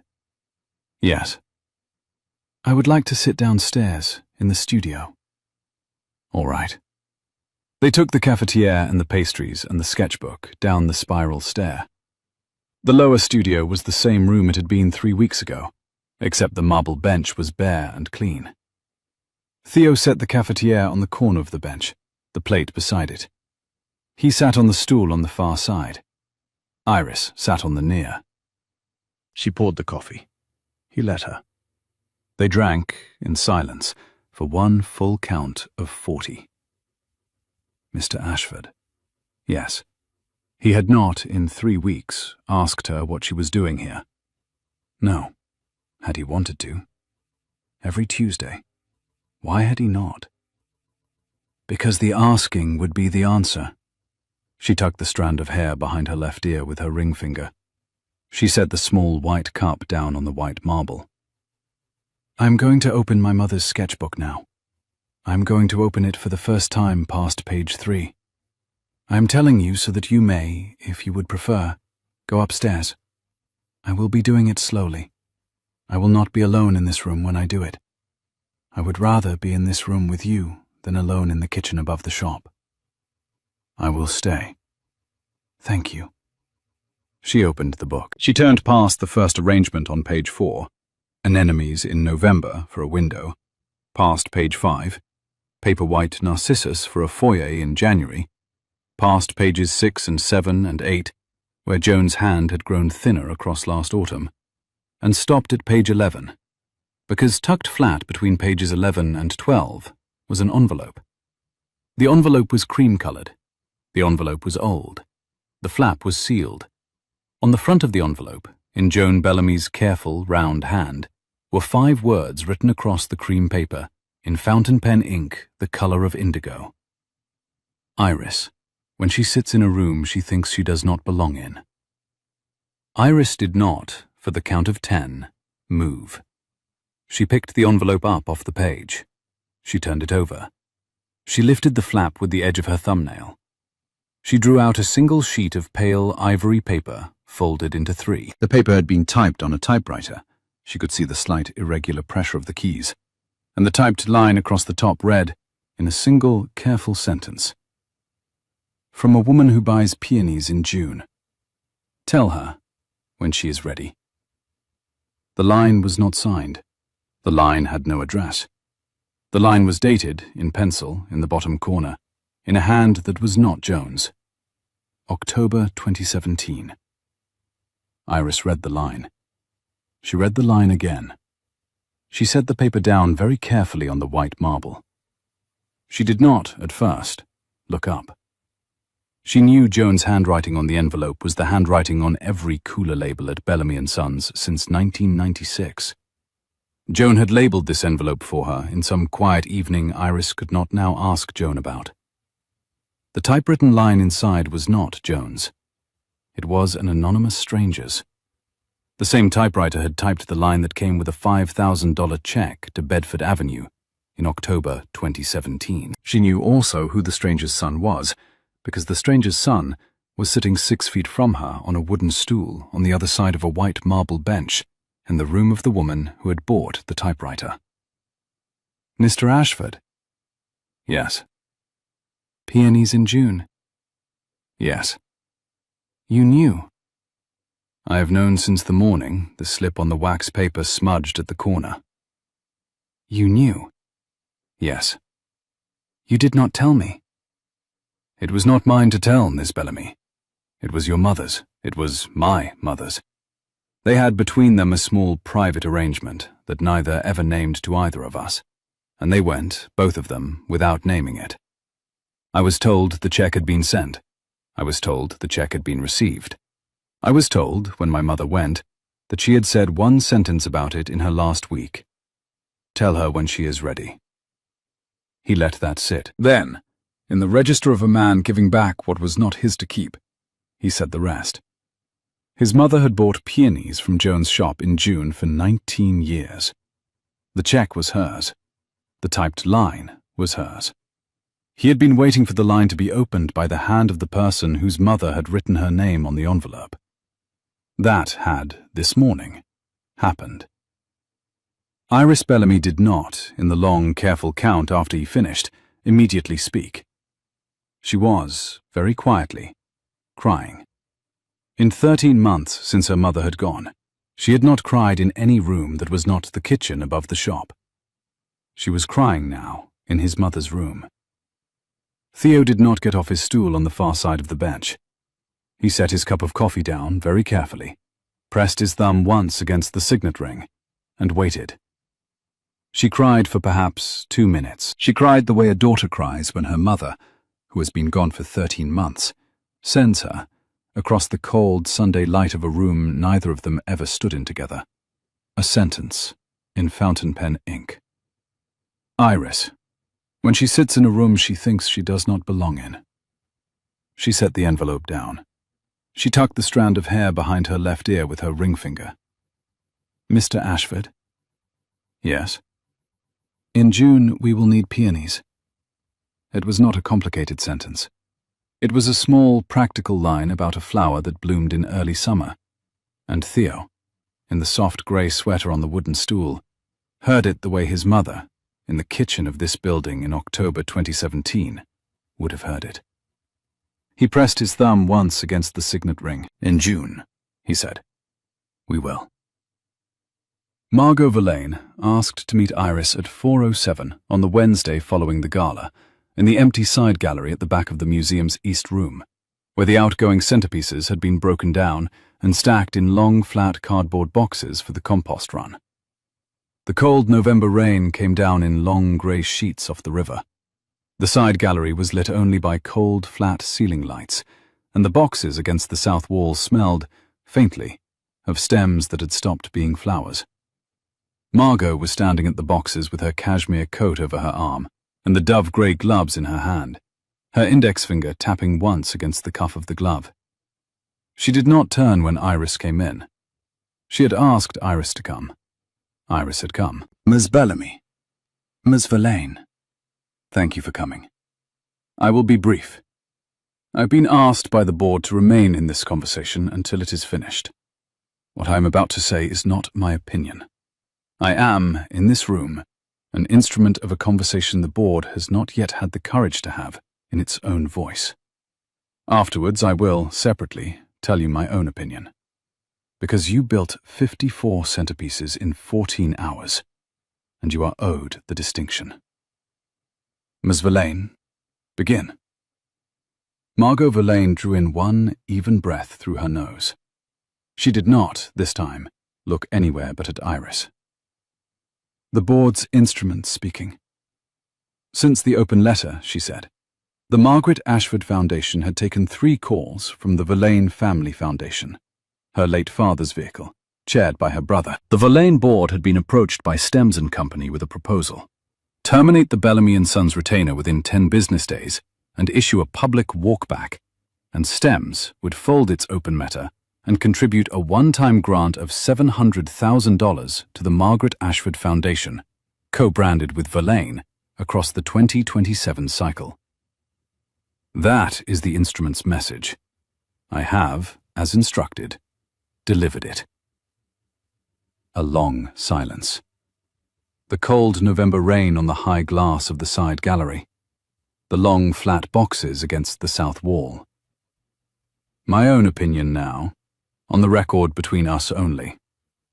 Ms. Bellamy, I do not think you should walk. The contract is sound. The work on the gala was sound. If you walk inside 10 business days, you will be walking on the terms of a competitor outbid in public and now buying the outcome in private through my brother's board. She set the cup down. And Theo Ashford, she said, would do something publicly furious that by Friday would cost him the trusteeship of his own mother's foundation. I have watched Theo Ashford for 14 years, and I do not wish to watch him surrender what his mother asked him to hold for the sake of a woman who has walked out on the very thing he was trying to defend. That is my opinion. It is yours to do as you wish with. She paused. She drew in one even breath through her nose. She did not, in the long count, look away. Lastly, a small private thing. I have known Theo Ashford since I was 4. Our mothers were close. In 14 years of working beside him, I have watched him hold rooms together with the careful, courteous face he was taught to hold them together with at the age of 6. And I have not, until the morning after you walked into the wrong corner office with 24 white anemones in your hands, seen that face come off him in any room I have stood in. I'm telling you the fact of it because the fact is, on my own register, expensive to me. I'm telling you because it is true. Iris stood very still on the pale wood floor of the side gallery with the cold November rain on the high glass, tucked the strand of hair behind her left ear with her ring finger, and said evenly, Ms. Verlaine, the instrument's message. I will respond to the foundation in writing by close of business tomorrow. Your own opinion, I have heard it. I will not, in this room or any other, repeat that you have given it. The small, private thing. I have also heard it. I will not repeat that you have said it. Thank you for the distinction. Ms. Bellamy. Yes. You should know one further thing. The Verlaine grant has been made conditional, by my brother's board, on Theo Ashford's personal recusal from the Bereavement and Flowers program. In plain English, they are asking me to bring you the message that buys his mother's program back from him in exchange for the contract he gave you. That is the full shape of the instrument. I am sorry I have delivered it. The rain on the glass. Iris Bellamy did not, for the count of 12, speak. She did not need to ask Margot Verlaine whether the instrument had been delivered in full. It had. She understood the shape. And the cost. She understood, with the careful arithmetic Joan Bellamy had taught her at 11 years old. But whatever she did next, somebody at the wagon wheel walnut table was going to lose a thing his mother had asked him to hold. The only question was, who lost it, and on whose decision? She also understood that the woman who had brought the open letter to the Bloomberg green room did not, in the small, private thing, sound like the woman who had said at 4:09 on a Tuesday afternoon she did not know what to make of Iris in Theo's home. It sounded like a woman who knew now what to make of it, and did not, in the knowing, find it convenient. The doubt did not, in that minute, save her.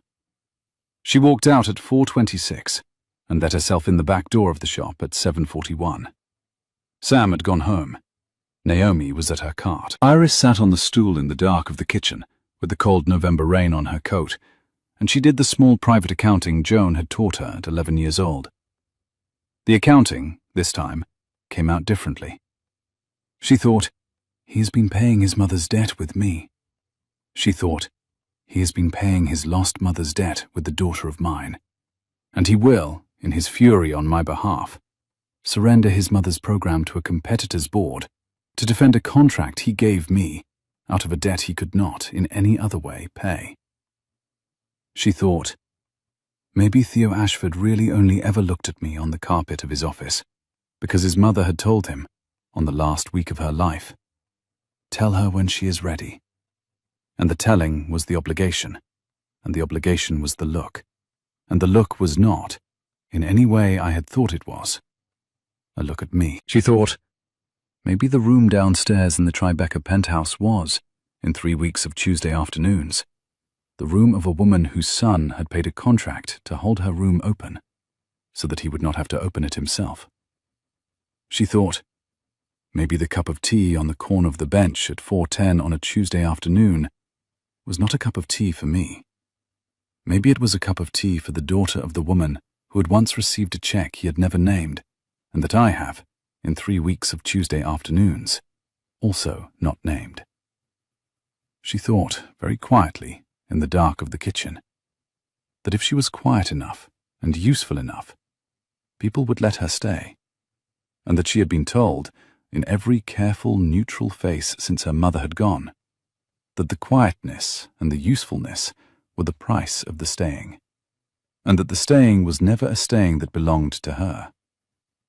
She thought, I have, in 3 weeks, allowed myself to think that this one was different. She opened her laptop at 3:11 in the morning and wrote a short email to the Margaret Ashford Foundation board, copying Mrs. Chow, terminating the retainer with Bellamy and Sons effective immediately, citing irreconcilable strategic conflict, declining the buyout, and requesting that the Foundation's public statement, when it issued, name no party other than Bellamy and Sons itself. She sent the email at 3:14. She did not, in the rest of that night, sleep. She did not, that night, open the green, cloth-bound sketchbook on the kitchen table, with the cream-colored envelope tucked between page 11 and page 12, and the typed line inside it that had been written in October of 2017, in a handwriting she had not, until Sunday, known. Theo arrived at Bellamy and Sons at 6:04 on Thursday morning, alone, on foot, in an unpressed charcoal coat. The shop was closed. The sky above the bridge was the pale silver of an hour before sunrise. He stood at the front for 1 full minute without ringing. Then he went to the back door, the door he had decided, in the long, careful 7 hours of the night before, that he would knock on. He knocked. Iris Bellamy opened the door at 6:06 in jeans and a sweater she had been wearing since Wednesday morning, with the strand of hair coming loose behind her left ear, and her eyes the dry, tired eyes of a woman who had, between 3:14 and 6:04, sat at the kitchen table above the back room and not, in any minute of the count, slept. Mr. Ashford. Miss Bellamy. It is 6 in the morning. Yes. You have been in that coat all night. Yes. Come in. He came in. She did not offer him coffee. She had not made coffee. She sat down at the kitchen table, put her hands flat on either side of the green cloth-bound sketchbook, looked at the man in the unpressed charcoal coat, and said evenly, Mr. Ashford, I sent the email at 3:14 yesterday morning. The board has accepted. The statement goes out at 10. The retainer is over. I will not be in your mother's room on Tuesday. I am sorry. I made the decision in the dark of this kitchen at 3:11, and I will not, in this kitchen, be argued out of it. I am not here to argue you out of it. No. He set, very carefully, on the kitchen table between them, a small, thin manila folder he had been carrying inside the charcoal coat. He did not, when he set the folder down, sit down. He did not, when he set the folder down, immediately open it. He pressed his thumb once, very hard, against the underside of the signet on the little finger of his left hand. Miss Bellamy, 3 weeks before you walked into the wrong corner office, I signed papers transferring the Margaret Ashford Foundation entirely out of Ashford Holdings. The transfer became effective at midnight last night. The foundation is now an independent 501c3 under its own board. I am no longer the sole trustee. I am one of 7. The other 6 are named in the documents in this folder. The 6th named trustee is you.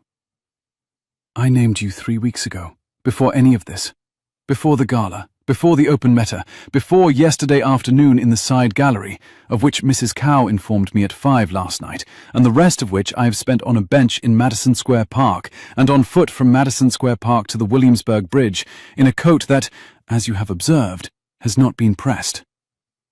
She did not, at first, speak. She drew the folder toward her across the kitchen table. She opened it. She read the first sheet. She turned to the second sheet. She turned to the third. The names of the 6 other trustees were typed across the third sheet in a column down the center of the page, and the 6th name from the top read, in clean Times New Roman, Iris Joan Bellamy. Mr. Ashford, you have stripped yourself of foundation control, yes. I have been one of 7 since midnight, on a board whose remaining 6 trustees will not permit my preferences on the bereavement and flowers program to prevail over their collective judgment. With my own hand, I have made the program my mother piloted in 2018 belong to a board that includes the daughter of the woman who built it with her. He had done this 3 weeks ago, he said, because in his mother's last week, he had given her his word he would not, after she had gone, hold the foundation alone for longer than he had to. He had held it alone for 3 years, until he was sure of the 6 other names. The 6th had taken him 11 months to choose. He had chosen it on the morning Mrs. Cow told him about the wrong delivery. The name was yours. I did not, on the morning, know that. Mrs. Cow did. She tells me she had been waiting 19 years for the name to be mine to choose, and waiting, in addition, for me to choose it without being told. Mr. Ashford, the Verlaine grant will not be made. The Verlaine board cannot make the grant conditional on the recusal of a trustee who is one of 7 and no longer in personal control of the program. The grant collapses. The $700,000 goes elsewhere. The retainer, with Bellamy and Sons, if you wish it back, can be reinstated by the new board, a vote on which I have 1 of 7 votes, and on which I will, if asked, recuse on the ground of personal interest. I am not, in this kitchen, asking you for the retainer back. The retainer is the new board's business. I am asking you only one thing, and the thing is small, and I would like you to hear it before I ask it, because I do not want you to think I came here because of the retainer. He sat down at last on the second chair on the far side of the kitchen table. He laid both his hands flat on the wood of the table 6 inches from hers. He did not take her hands. He did not reach for them. He looked at his own hands on the wood, and then he looked at her face. Miss Bellamy. My mother was holding the broken half of a clay pot at the end, a pot she had made on a Sunday afternoon in 1989. The half is the half on my desk. The other half is the half you knelt to lift off the carpet 8 Tuesdays ago. I have, in 3 years, not let anyone help me mend it. I have, in 8 Tuesdays, watched a woman mend, in 3 weeks of Wednesday mornings, a great many other things in a room I had not opened the door of, including, I should say, a small thing in me I had stopped noticing was broken. I am telling you that. I am telling you because the small thing in me is, in this kitchen on a Thursday morning, mine. The retainer is the new board's. The seat on the board is the foundation's. The thing I am telling you about is mine. I am asking you, on the strength of the thing that is mine, and not on the strength of anything that is the foundation's, whether you will, when you have slept, when you have, in your own time, opened the green, cloth-bound sketchbook on this table to the next page after the envelope, and when you have, in your own time, decided what you would like to decide, consider letting me come back to this kitchen and ask you a question whose particulars I will, in this kitchen at 6 in the morning, not put to you, because I do not, at 6 in the morning, wish to put any question to you whose particulars belong to a day when you have, separately, slept. She did not, in the long count, speak. She tucked the strand of hair behind her left ear with her ring finger. She put her hand, very lightly, on the wood of the kitchen table, an inch from his. "Mr. Ashford." "Yes." "Come back on Saturday morning, at 10. "All right. Bring the broken pot. I will bring the slow epoxy. We will, on the kitchen table in the back room downstairs, mend it. The mending will take an hour. The pot will dry inside a folded towel inside a salad bowl overnight. You may, while the pot is drying, ask me the question whose particulars you are this morning not putting to me. Saturday at 10. Yes. Iris. Yes. He did not say anything else. He stood. He put on his coat. He left through the back door. She heard him on the gravel of the alley and the gate close. Iris laid her cheek for one count of 7 on the cool wood of the kitchen table. Then she sat up, opened the green cloth-bound sketchbook to page 12, and began, slowly, to read. Margot Verlaine arrived at Bellamy & Sons at 11:06, in the same charcoal cashmere coat and dove-grey gloves. She walked the length of the cold tile to the counter and set down a clean manila folder. She did not take her left glove off.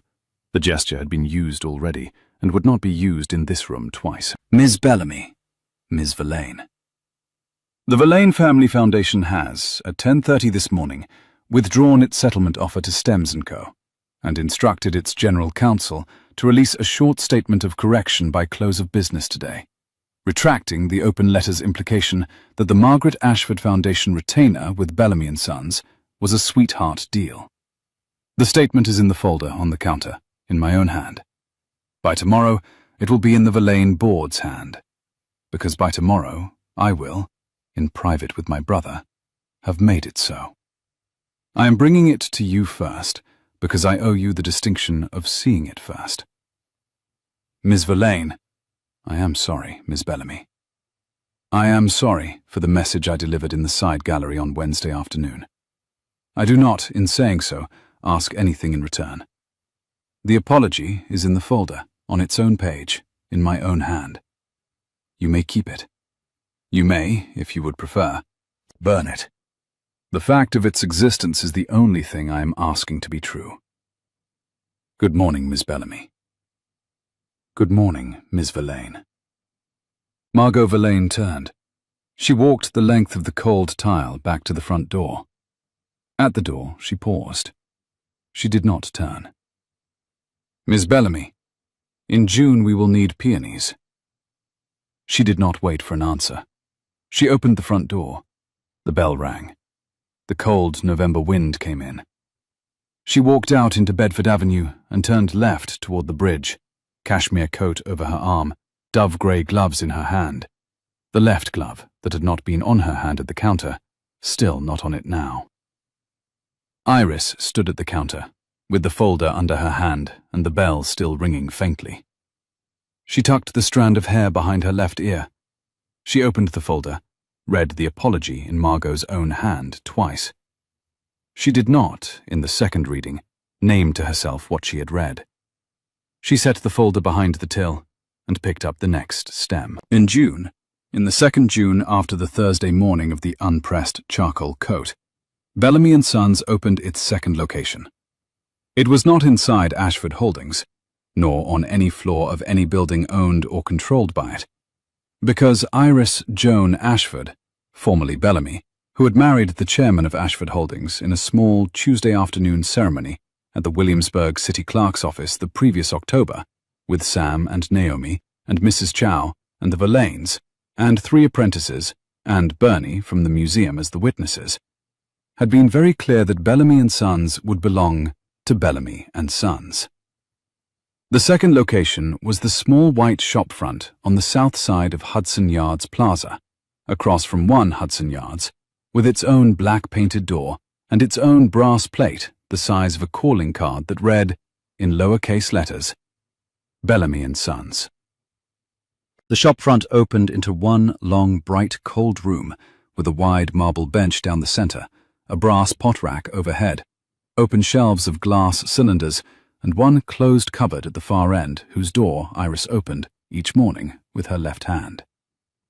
On the wall above the till, in a thin black frame, hung a single sheet of pale ivory paper that had been typed on a typewriter in October of 2017, and across the top of the paper, in the slight irregular pressure of old typewriter keys, was the single careful sentence. From a woman who buys peonies in June. Tell her when she is ready. Above the typed line, in a thin black frame of its own, hung an envelope of cream-colored paper with 5 words across the front in fountain pen ink the color of indigo. Iris. When she sits in a room she thinks she does not belong in. She opened the shop at 9 on the morning of the second Saturday in June. Theo Ashford came in at 9:32. He was carrying, against his ribs, a wide flat box of peonies. The peonies were the color of the inside of an old roof tile. He set the box down on the marble bench, and did not, when he set it down, immediately speak. Light from the high east windows came down across the marble, and his hands, and the small framed sentence on the wall above the till. Across the plaza, Mrs. Chow set down her water carafe with the small, precise click that meant nothing at all, and also exactly everything. Iris. Theo. In June. In June. She picked up the box. She set it on the marble. She tucked the strand of hair behind her left ear with her ring finger. She lifted the first peony out of the box and laid it on the bench, and the cold green snap of crushed stem came up off the wax paper. And somewhere on the floor near her foot, the 2 halves of an old clay pot that had been mended on the kitchen table of the back room of Bellamy and Sons on a Saturday morning in November, sat patient and whole inside a small, low oatmeal dish. And the seam, where the slow epoxy had held for 19 months, was, in the cold June light, the strongest part of the pot. She set the second peony beside the first. She began, slowly, to build.